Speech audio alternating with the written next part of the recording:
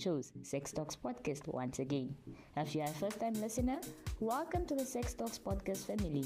Here, we are all about creating an informed and educated society of young people who can openly have conversations about their sexual health, share their stories, and hear from experts in the field.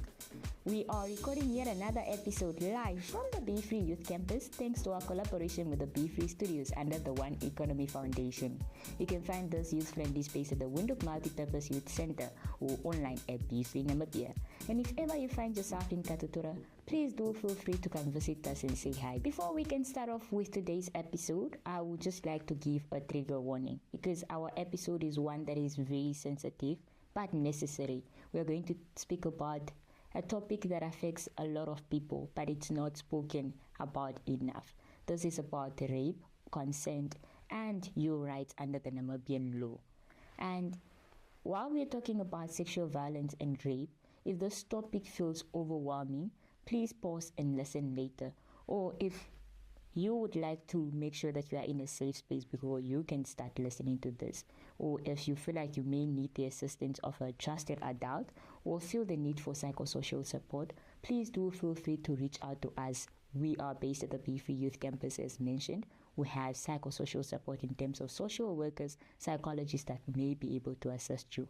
And you can be able to call in, that is on our telephone plus 26483 37 26550 to book an appointment, or feel free to walk in so we ensure that you have the support that you may need.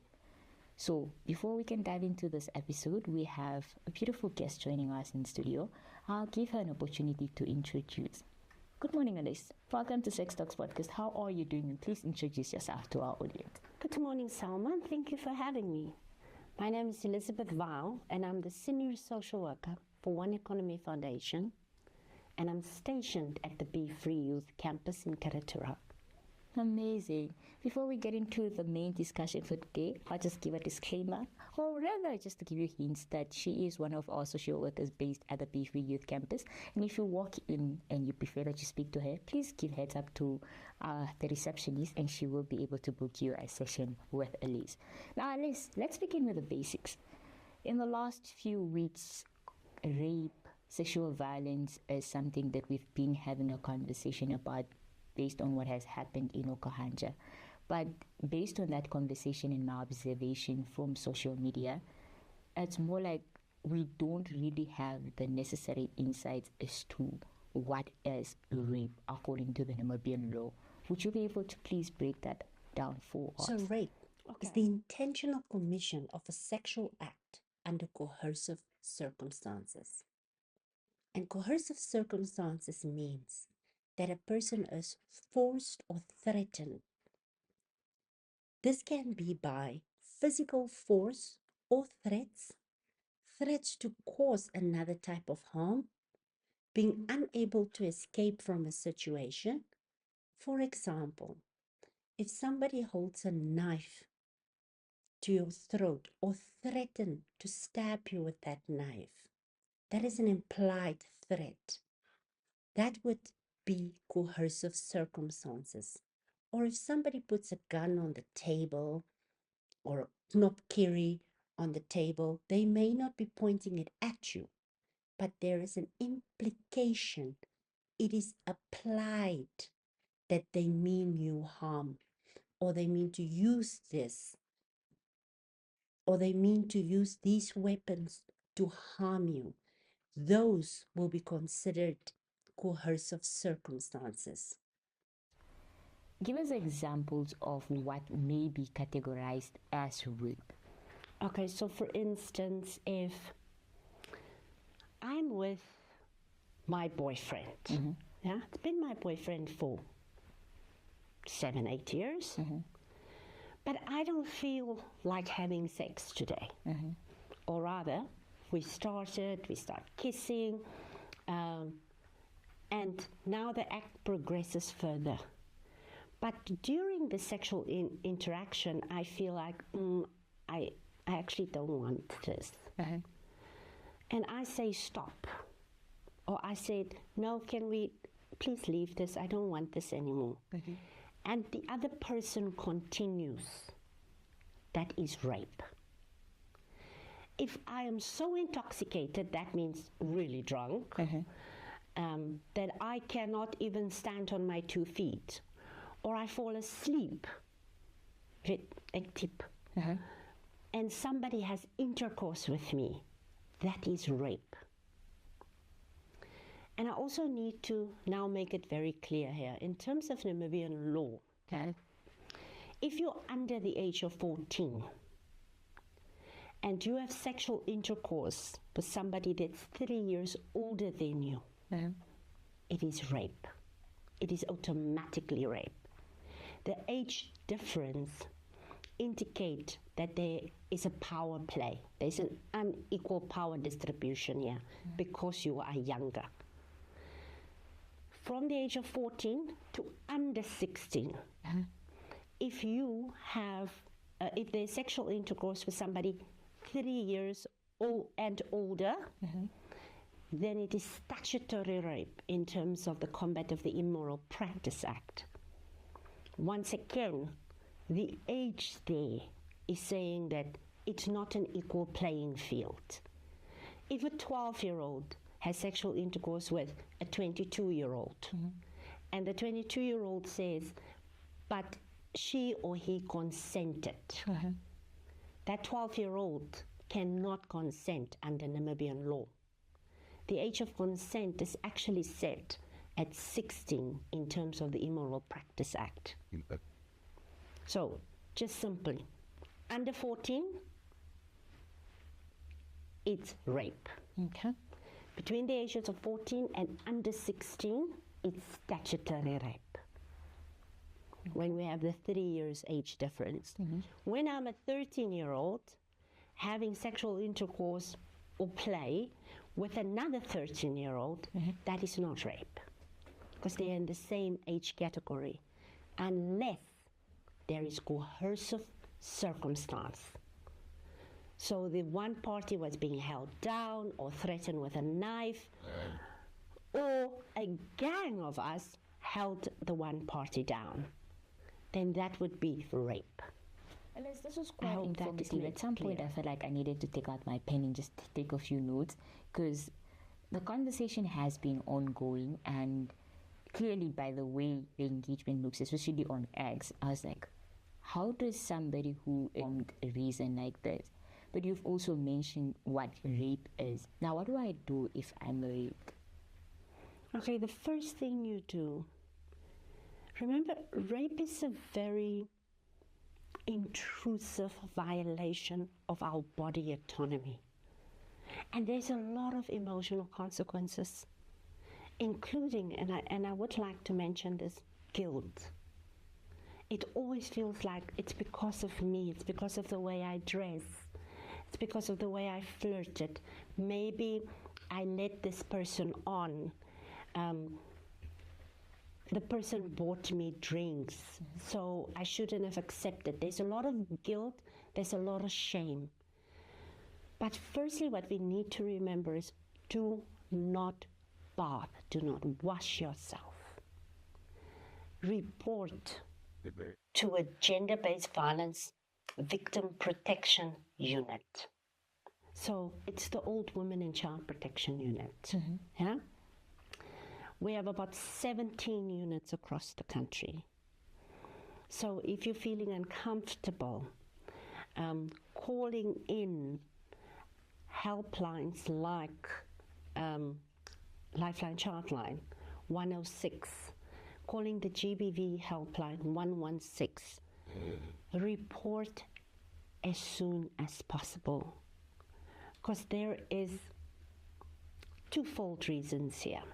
The first one I will say is for your own reproductive health, because if you report rape, it's not just the criminal aspect of it, but you yourself, you can get access to PrEP, which can be administered within 72 hours. In other words, 3 days after the rape has happened. The earlier, the better. To prevent things like sexual transmitted diseases, including HIV and AIDS. and pregnancy. If your perpetrator did not use protection such as condoms, there's a high prevalence, high likelihood that you may have contracted something. So in terms of that, report as soon as possible. But then also in terms of therapeutic help. Remember what I said, it's a violation of your body autonomy. And some of the emotional consequences I mentioned too, but there's also things like fear. And if fear is overwhelming, it can become like it paralyzes us. Because there's not just two responses.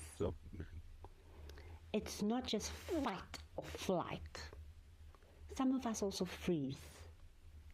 If something comes at me, I freeze. And it's okay, because that is our body's natural response to harm. But the trauma that rape causes may not manifest immediately. It may take years before that trauma develops. Trauma is not a one-time thing. It's a process, and it happens over time. So for that reason also, the earlier we report a sexual violation, the earlier we can get therapeutic, psychological support, so that we may be in a position to counter and to minimize the traumatic effect of rape. Thank you so much for that, Elize. If you are listening to this episode or watching it and may feel that you are triggered and may need to speak to someone, please feel free to reach out to us at the Be Free Youth Campus. Now, Elize, you've mentioned that somebody should not take a bath after they have been violated. Is there perhaps any reasons as to why that should not happen? Thank you, Selma. That is the other fault, the criminal aspect. So when we make rape is a criminal offense in terms of the law, as I explained. So when a criminal case is made, your body is the evidence. Whatever that person has left on you, whether it's semen, whether it's bodily fluids such as semen, I should clarify, fingerprints, any hair that that person may have left, your body becomes an evidence site. And that examination that happens once you have reported this violation or sexual violence is called a medical examination, and they will fill in a form called, the medical doctors will fill in a form called a J88, which is the criminal medical report. And then they go through your whole body. So if you have washed, if you have bathed yourself, you are removing all of that evidence that may later be needed in court. I hope that answers the question. That is the second fault. All right. Thank you so much for clarifying that once again. Now, you've mentioned the criminal aspect of it and how your body then carries the evidence. What is the procedure after a case is opened? Yeah. And what should the survivor prepare for? What can they expect? Oh, okay. Firstly, once a criminal case is open, criminal cases normally usually open at the Gender-Based Violence Protection Unit. The unit is set up as a multidisciplinary approach. So the survivor will find police officers, social workers, medical doctors. That is all within the unit. So once that criminal case is open, a criminal docket is open and sent to court. What the survivor can prepare for, and here I should give a disclaimer. Number one, the profile in Namibia is that the majority of victims are women, with the majority of males being perpetrators. However, rape is gender neutral. both men and women can be victims of rape, just as both men and women can be perpetrators of rape. So the criminal process is not an easy one. Yeah. Because there's so many different elements at play here.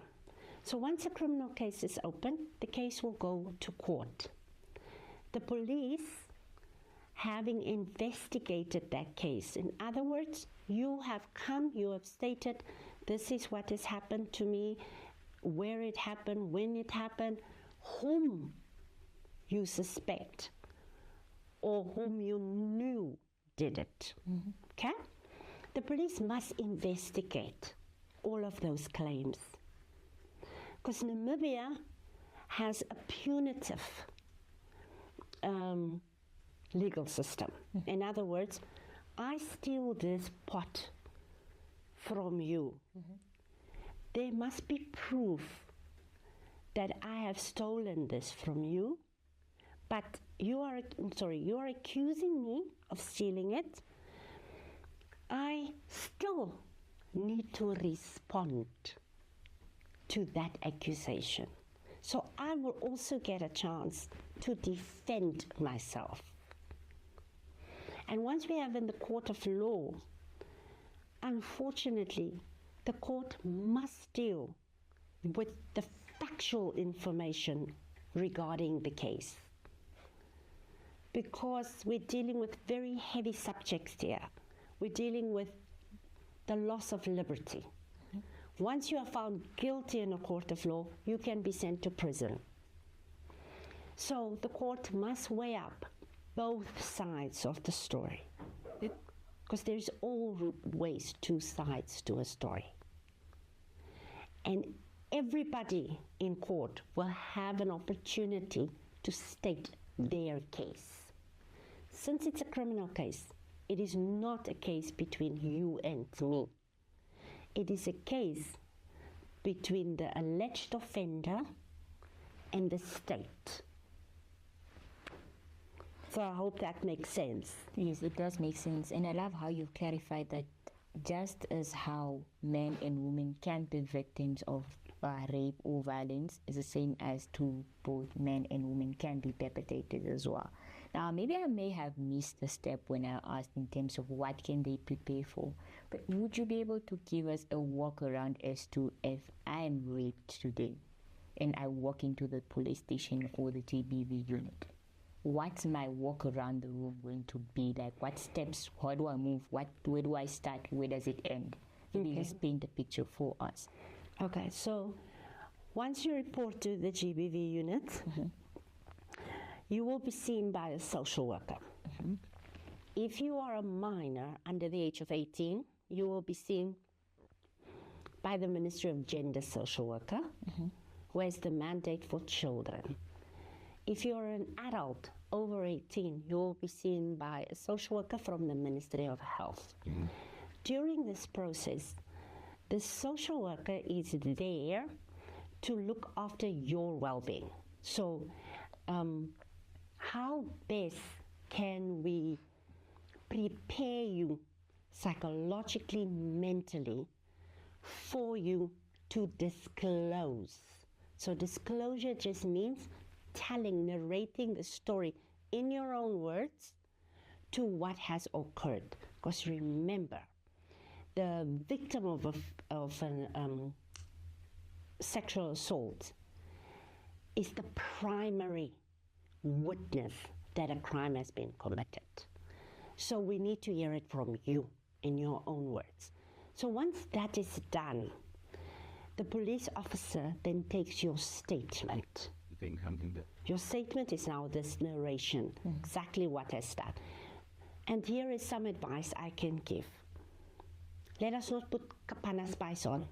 Just tell your truth. So once that is done, a medical doctor will be called, and then the medical doctor will examine the physical body. There will also be taken evidence at this time So, for instance, they might take our panties, and put it in an evidence bag. Because remember, your body becomes an evidence site. So once that process is done, you will then be told that you can go home. A criminal case has been opened. That's the docket, the criminal docket. And then once the police have registered this docket at the police station, they will then should inform you as to what your case number is, and that's the CR number. Your case number, who your investigating officer is, because then the case will be investigated. So there may be times when they do what we call a forensic interview. A forensic interview is just about the facts, what happened where, and this is to build credibility. So that might feel like they don't believe me. That all they're trying to do here is to try and verify all the facts so that all of those facts are presented later in court. Remember what I said about our criminal justice system. Okay, so that is basically what they can prepare for. I cannot say here that the legal system is fast, efficient, quick. You go in, you get out, unfortunately. Like I said, there are many different elements at work here and many different parts that come together as the role players in the criminal justice system. And that might not always look like people know what they are doing, or might be very frustrating. This person is not calling me back, because there are also a lot of challenges within the system. But here is what I can advise. And this is from me, Elizabeth. Whatever else is happening around you, the wind may blow, it might feel like a hurricane that's going to take you away. Tell your truth, and you will find foundation. Doesn't matter what happens. And telling our truth and having our day in court is one of the healing things we need. We need to tell that this is what happened to me. There is something magical, I have been told by my clients, that happens once you have the opportunity in court to disclose your information, to give it out. Whether I will be judged, whether people will question me, it's neither here or there, because I was there and I told my truth. And it is said that healing happens, because seeking justice is part of that journey. Getting justice for being violated. I hope I've... So it is an emotional strain. Unfortunately, going through the criminal justice system, we shouldn't make bones about that. It is so that we are prepared for all the delays, the court postponements, the investigating officer not responding to me, the social worker not getting back to me. Elize, what would you say to someone that has no faith in the criminal justice system because of all those delays and hiccups that come in the system? I will say, go back on case history. Go do your own research. You will find that the long arm of the law really does work. The clock may tick really, really slow, and it may be very frustrating. But I have seen evidence that eventually it gets there. Another question based on your response is, you've mentioned the fact that there's a social worker that is available to see you when you report the case, while you keep waiting for feedback from the investigators to continue until the day of court, or how does that go? Okay. So the psychosocial support can continue as long as you need it. Is it free? Oh, yes. Remember when I say it's a state case, it's not you against the alleged perpetrator, it's the alleged perpetrator against the state. all services are free of charge because it's a state case. It's a criminal offense against the state. Okay, I think that is one of the crucial components you should have mentioned from the get-go. So Yeah. at least they know that you're not going to be charged for this, you don't need a medical aid, you just need to be a Namibian citizen or somebody that lives in Namibia. Within the borders of Namibia, Namibian law protects all persons, whether domestic, native, or foreign in the country. You all fall under Namibian law. So, and there's another thing I want to bring up. Mm-hmm. We need to keep in mind, Tini, that we are all equal. None has more power than the other. And when we respect our own and rather proclaim that these are my rights, nobody has the right to violate my body without my explicit consent, then the other person, I must afford the other person the exact same rights. True. Now, for some survivors, they never disclose their stories and they've been violated, they've been raped, and they live with these stories for years. How could this affect them in the long run? I've already mentioned 3 of the emotional consequences, Mm-hmm. the mental consequences. There may be, if persons, this is what research has shown, Mm-hmm. if persons do not have the necessary support mechanisms in place, Mm-hmm. family that believes and stand by this person and render them the help that they need at the time. The possibility is feeling like you're isolated. I'm not a part of the society. Mm-hmm. And the more we withdraw, the anger may lead to psychological disorders such as depression, anxiety, suicide ideations. I don't belong here. Okay. I don't belong in this world. This is not my life. And a sense of helplessness. I think when we say helplessness, we may not understand the full consequence of what that can do. It can take away our full potential, the person who we were going to be. I was a university student, bright eyes, looking forward to my future, and all of that is robbed because my sense of trust has been violated. That is true. Now, Elize, we spoke about how when you report an instance of rape instantly as it has occurred, you're not bathing. But what happens when I was raped 5 years ago and now I want to seek justice? Is there a possibility for me to seek justice, and how do I go about seeking this justice for myself? Exactly the same process, but now it's 5 years later, so it puts that in historically. So remember, now we don't have the fresh evidence of anything that has happened. Okay.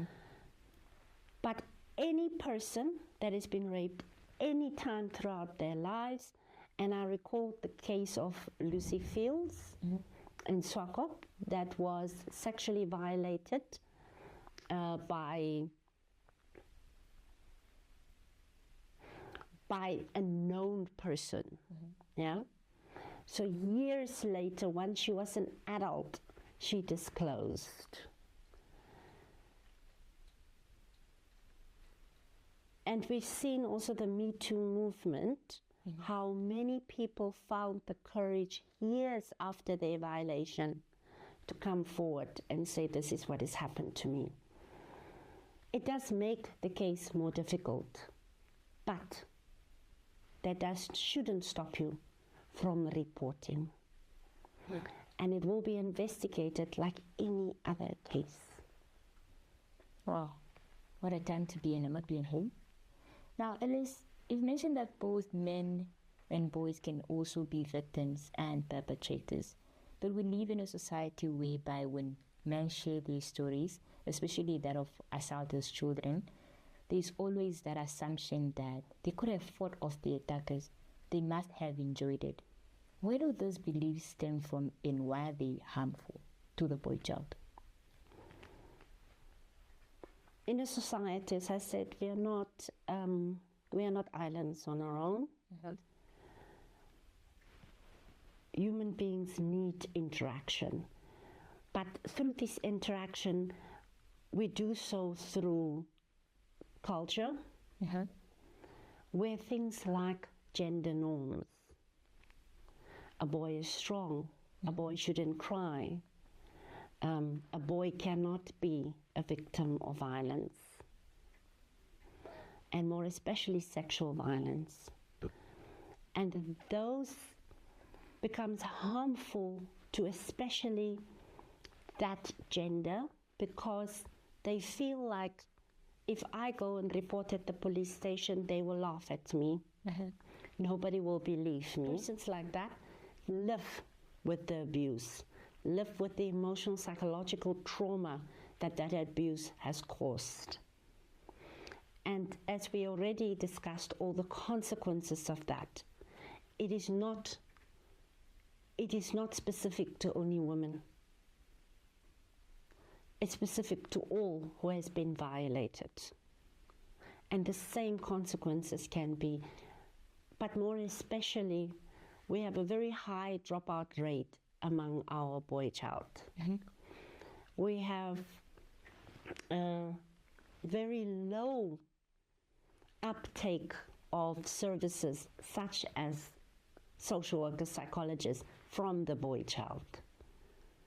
And that is due in part to this perception that they don't bleed, they don't hurt, they don't cry, they cannot be victims or survivors of sexual violence.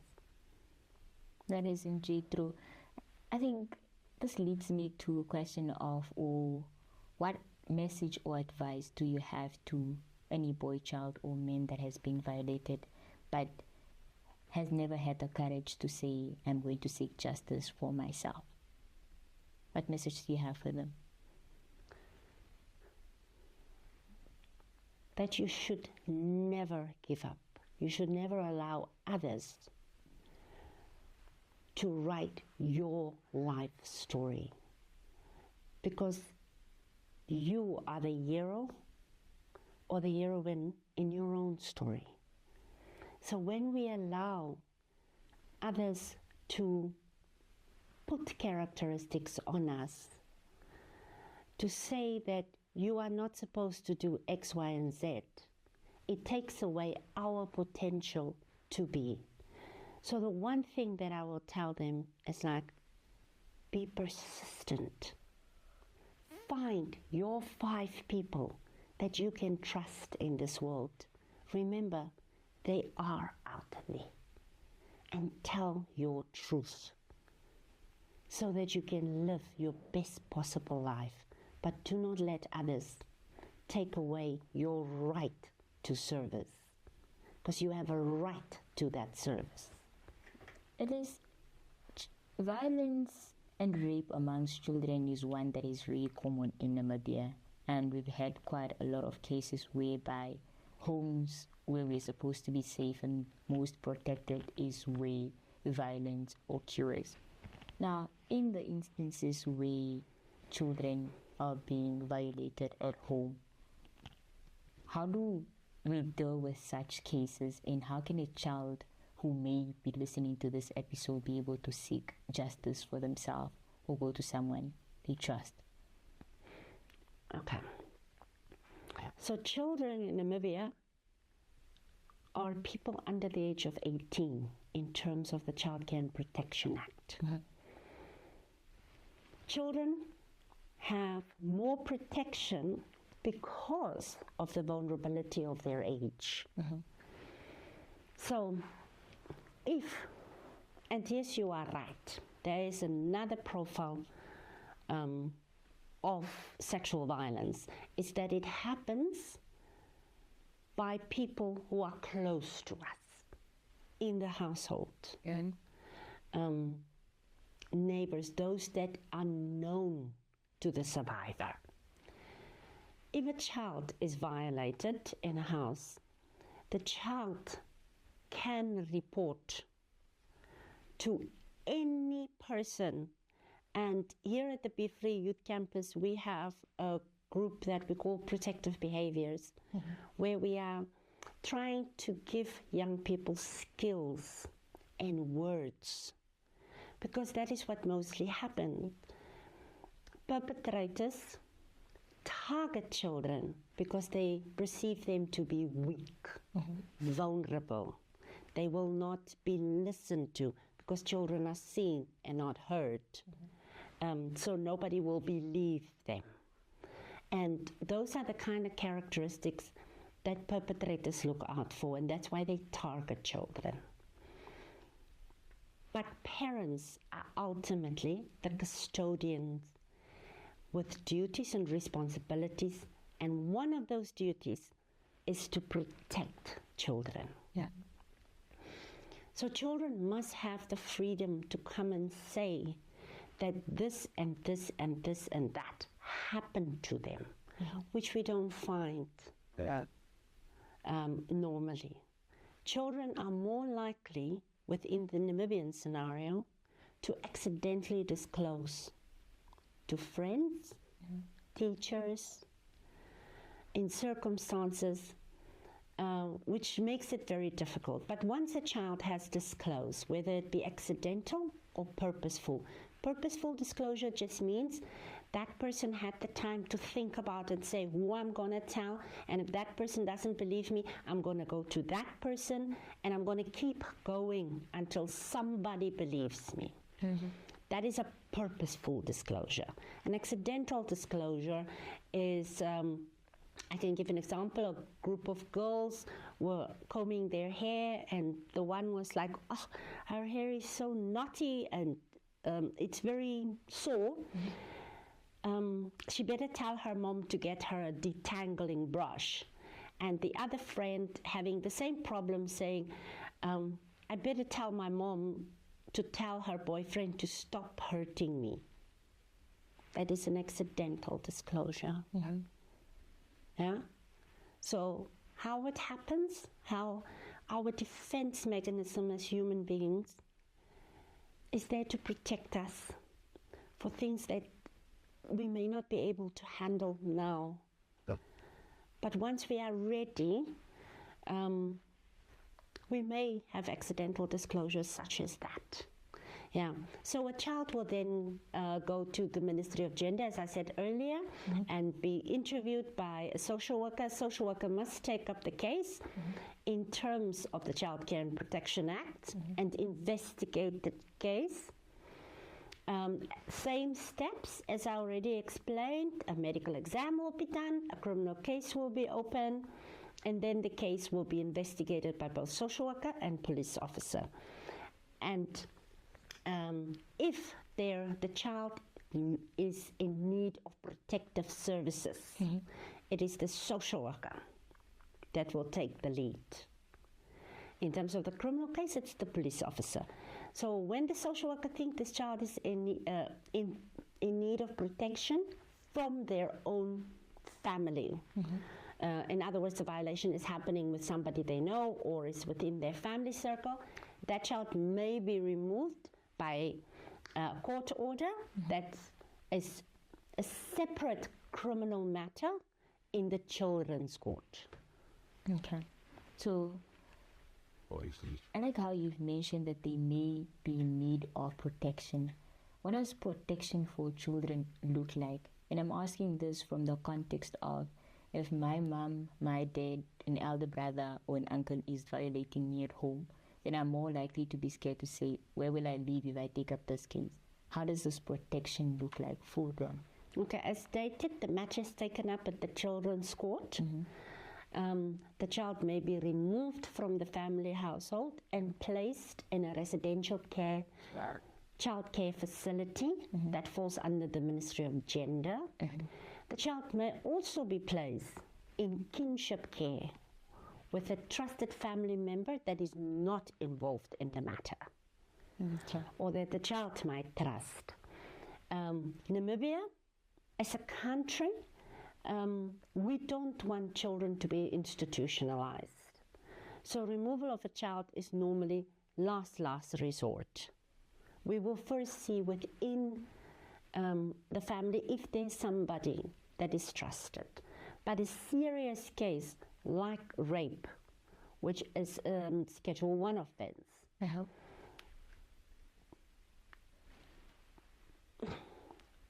we may want to remove from family altogether, so that there's not undue influence or tampering with the child, or bullying or victimizing the child. So there are a lot of elements that has to be looked at. It's not a straightforward case. It's very complex. However, Namibia's paramount consideration is the best interest of the child, and what is in the best interest of the child. Amazing. Now, we are moving towards the end of this episode. Now, we're speaking about children. We also spoke about the survivors and the perpetrators, but how can an average Namibian help keep the high numbers of violence or sexual violence that we currently see in the country? How can I, as an ordinary citizen, contribute to reducing these numbers? That is a trick question.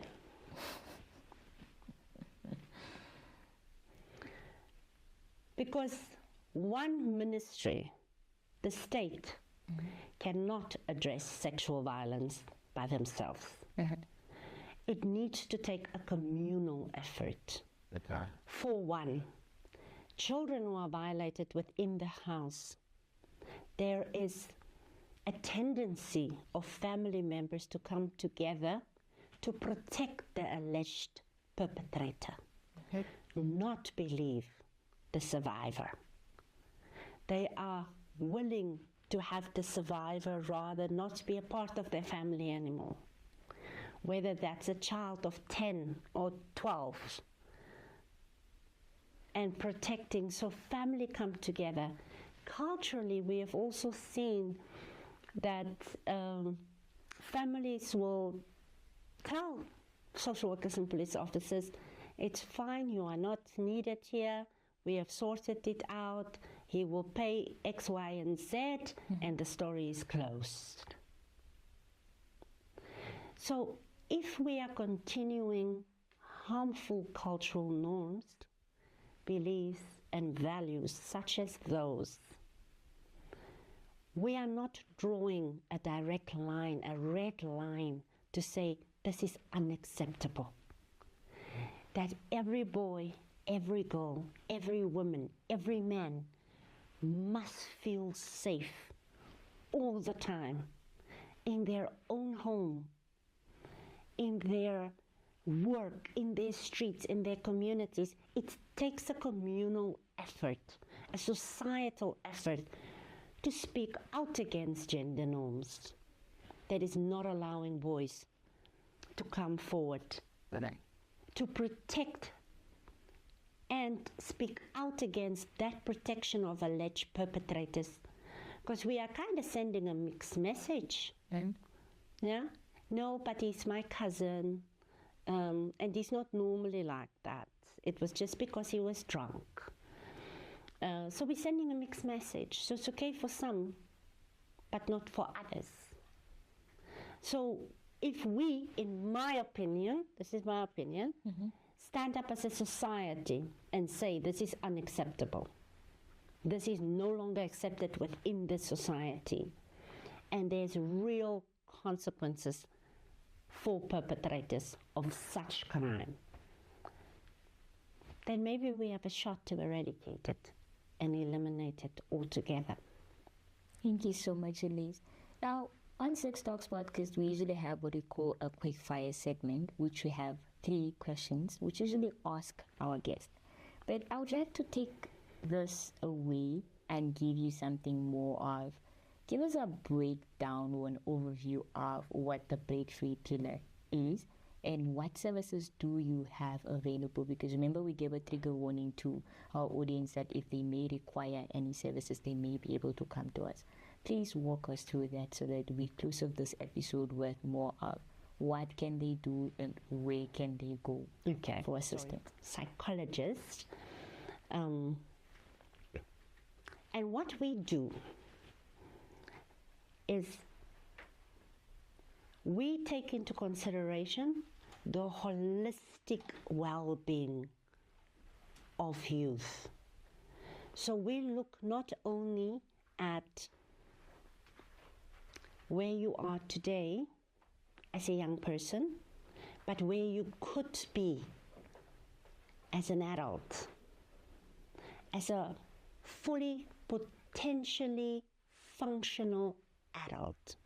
So we look at the holistic well-being.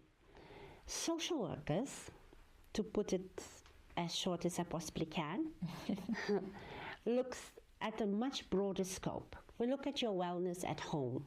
So when she said psychosocial, the psycho refers to psychology, your mental well-being, your emotional well-being. The social refers to how are you doing in your school environment, in your home environment, what is happening there? How best can we help you to become the best possible you? To put it as simple as possible. Okay. Thank you so much for that, Elize. We are moving towards, and finally at the end of this episode, those are the services that are available at the Be Free Youth Campus. And that's where the Break Free pillar operates from. And Elize is also based here. And we are located in Budal Street at the Windhoek Multipurpose Youth Center, that is in Katuchura. And a young person between the age of 13 to 35, then you're welcome here and we'd love to see you. Now, we're also available on the various social media platforms, that's Facebook, Twitter, Instagram, TikTok as Be Free Namibia. So please, if you cannot get through the telephone line and you just have Wi-Fi, send us a DM. We're very quick to respond and we'll see how we can better assist you. And with that being said, thank you so much for coming here and sharing your insights and your expertise with us. And to our listeners, thank you for tuning in on to episode 3 of season 3 of Sex Talks podcast with me, your host, Selma Ndasilohenda Iyambo.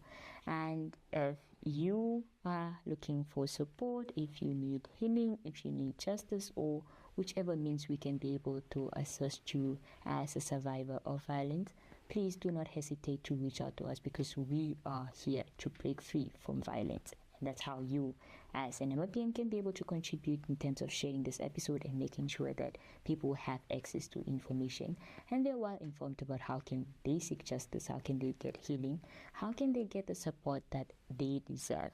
You can be able to also use a toll-free line that is for Lifeline Child and Namibia. That is 116. You can be able to come to the Be Free Youth Campus for your support, the Women and the Child Protection Unit, the Legal Assistance Center, or you can go to the GBV unit that is located at the Katuchura Hospital. And with that being said, it's been amazing being in your company, and